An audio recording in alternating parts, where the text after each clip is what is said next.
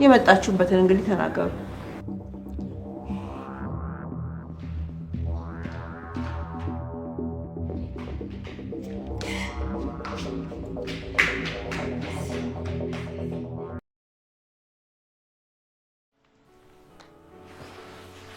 እህቴ እኔ ላንቺ በጣም ነው ደስ ያለኝ። እውነት ያርግልሽ። በጣም ነው ደስ ያለኝ። ምንም ነገር ሳይጎልብሽ ደስተኛ ሆነሽ ኑሪልኝ። አመሰግናለሁ። ሰላም ሰላም፣ ጤና ይስጥልኝ ውድና የተከበራችሁ የሁሉም ነገር ዩቲዩብ ቻናል ተከታታዮች በያላችሁበት ሰላማችሁ ይብዛ። እንግዲህ እንደምታውቁት ቴዲና መሲ ሊጋቡ ነው። ነገር ግን ደግሞ ወይዘሮ ሄለን እንዳይጋቡ የምታደርግበት አንድ መንገድ አለ።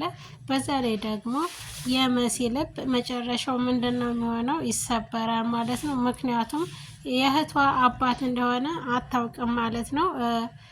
ቴዲና ወይዘሮ ሄለን በፊት የመጀመሪያ ባሏ እንደሆነ አታውቅም ማለት ነው። እና ኤልሹ ደግሞ እንግዲህ እንደምታውቋት በነገሮች በማስመሰል ተመልሳ ወደ እነሱ ተጠግታለች። አሁንም ልታጠቃቸው እናቷ ያለቻት ነገር ስላለ እንዳይጋቡ አድርጊ ስላለቻት ያንን ልታደርግ ስላሰበች ማስመሰል ስላለባት እያስመሰለች ተነሱ ጋር ለመመሳሰል ገብታለች ማለት ነው። እንግዲህ ኑንሻ የአባትሽን ሚስት እህትሽ ናት ማለት ነው። እንግዲህ እንደዛ ነው የሚባለው አይደል? በጣም ያስጠላል እውነት ለመናገር። ይሄ ባይሆን ደስ ይለን ነበረ። ነገር ግን መጨረሻውን እንግዲህ እስከምናይ ሁላችንም በጉጉት እንጠብቃለን። መሲ ግን ከልቧ ነው የምትወደው። እሱ ግን ወይዘሮ ሄለንን ለመበቀል እንጂ እውነት አፍቅሯት አይመስለኝም። ምክንያቱም ከጅል እንዴት አድርጌ እህትህን ፈልቅቄ እንደምወስዳት አሳይሃለሁ ሲል ዝቷል ማለት ነው። ቴዲ ለወንድማቸው ማለት ነው መኩን ከእህቴ ምን አስነክተሃት ነው? ለምንድን ነው እንደዚህ የምታደርገው? ወይስ ምን አስበህ ነው? ምን አቅደህላት ነው ስትለው እኔ እንዴት አድርጌ እህትህን ከእጅህ ላይ እንደምፈለቅቃት ታያለህ በማለት ዛቻ ዝቶ ነበር። እውነት ቴዲ መሲን ይወዳታል የሚል ጥያቄ በሁላችንም ላይ ያለ ማለት ነው። በዛ ላይ ደግሞ የኑንሻ አባት እንደሆነ ስታቅ ምን ያክል ይሰማታል? ምን ይሰማታል? እውነት ለመናገር ማለት ነው። ቴዲ እውነቱን ቢነግራት ከዛም በኋላ ቢጋቡ ደስ ይላል ነበረ። ነገር ግን እንግዲህ ሽማግሌ ተልኳል።